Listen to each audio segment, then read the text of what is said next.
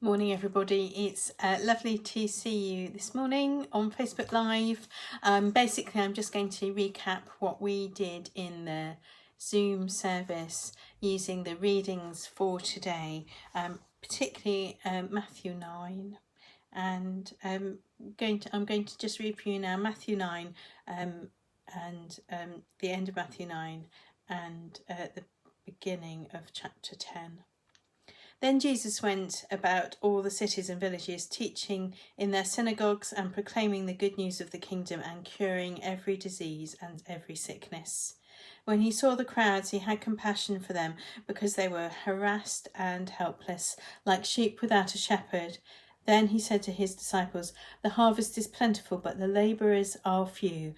Therefore ask the Lord of the harvest to send out labourers into his harvest." Then Jesus summoned the 12 disciples and gave them authority over unclean spirits to cast them out and to cure every disease and sickness.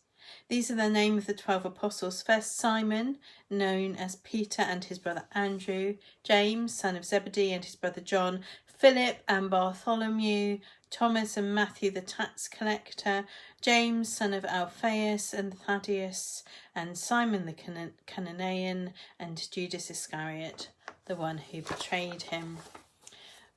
These 12 Jesus sent out with the following instructions: "Go nowhere among the Gentiles and enter no town of the Samaritans, but go rather to the lost sheep of the house of Israel. As you go, proclaim the good news. The kingdom of heaven has come near. Cure the sick, raise the dead, cleanse the lepers, cast out demons. You receive without payment, give without payment." So I was particularly interested in that last little bit of the reading for today. That really struck me this week. As you go, proclaim the good news. The kingdom of heaven has come near. Cure the sick, raise the dead, cleanse the lepers, cast out demons. You received without payment, give without payment. There are questions we need to be asking ourselves at the moment, and the question that comes from this passage to me is, how are we to be Christians? How are we to be Christians in this troubled world? But Jesus gives his disciples very simple instructions: cure the sick, raise the dead, cleanse the lepers, cast out demons, and then says you receive without payment, give without payment. I don't know how many of you have seen the little Playmobil and Duplo Bible stories, which I've been doing on Facebook Live and then loading up onto YouTube. Basically, I do them because I can't go into Cologne to do the collective worship that I would normally lead there. So I like to sort of just tell them this little story. Some people seem to be really enjoying them, and they are so basic that they make the clangers look slick. Essentially, they're like the little puppet theatres of old, where you would slide something on and you slide the other character on and the other character off and so on. We try to do, sometimes I'm by myself, sometimes I have a glamorous camera assistant who is very useful, but we try not to break that fourth wall, of trying to just have the drama enacting itself without being able to see us manipulating the figures. So we try not to put our hands in if we can.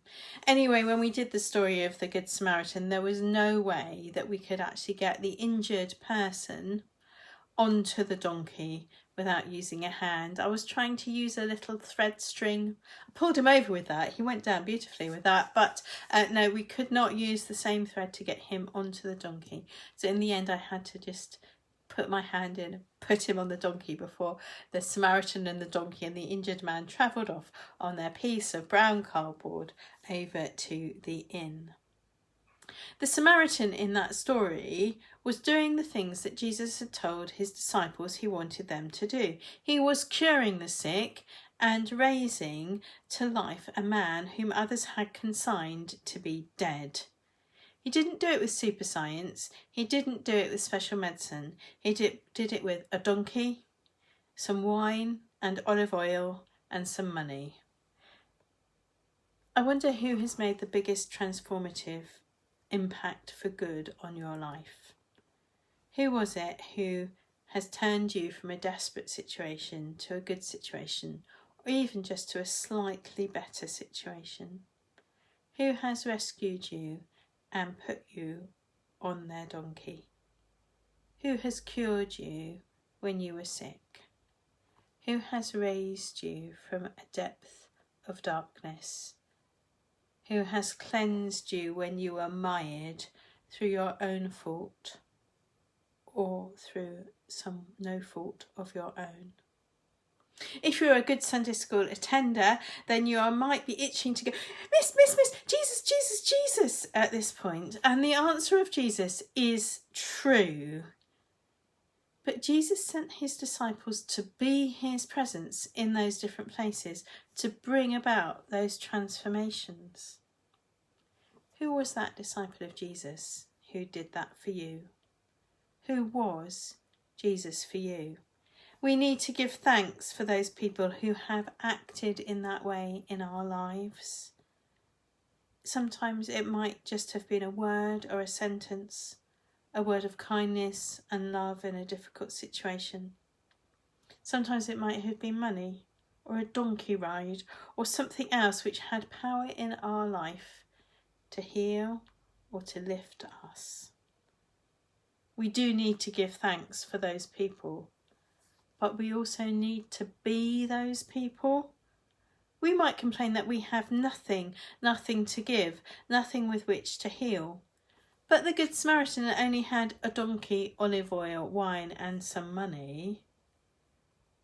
Just as Jesus gave his disciples what they needed to do the things which he had asked them to do, to be Jesus in that place, we have what God has given us to use for good. It might not be a donkey. Well, it's probably not a donkey. It might not be olive oil and wine, and we might not have much money. But we do have what we need. And Jesus asks us to do what the disciples did, to be him in that situation. What does it mean for us to do what Jesus asks? To be Jesus in our troubled world. This is what Jesus said. As you go, proclaim the good news. The kingdom of heaven has come near. Cure the sick, raise the dead, cleanse the lepers, cast out demons. You received without payment. Give without payment. So that's our Sunday thought for the day today. I think I might be doing information Facebook Live at some point soon with some notices. But if you want to catch up on that, keep your eye out and I will see you all soon. Okay, thanks very much. Bye.